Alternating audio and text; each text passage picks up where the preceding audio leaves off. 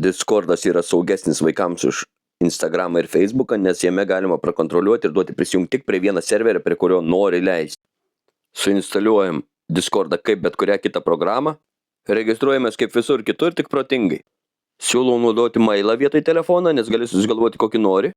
Nebūkit durni ir nenaudokit vardas pavardė Gmail. Susikuriam nickname'ą, šiuo atveju aš darau nebūtiną. Spaudžiam next ir susikuriam passwordą. Tada renkamės gimimo metus, aš visur nurodau išgalvotą. Jeigu nenorit spamą, tik sutinkat su taisyklėm ir uždedat antrą varnelę. Paspaudus sukurti, robotas tikrina, ar aš esu žmogus. Notification aš neleidu, visiems išjungta. Tada skipinimai visokie iki galutinio akaunto sukūrimo. Ir tada patvirtinimas mailo, kuris pas manęs šiaip yra kompe. Šitų baiboko aš nesirinku, vėliau užsidėsiu normalų paveiksliuką. Ir viskas, Discordo profilis sukurtas. Tada spaudžiat nuorodą.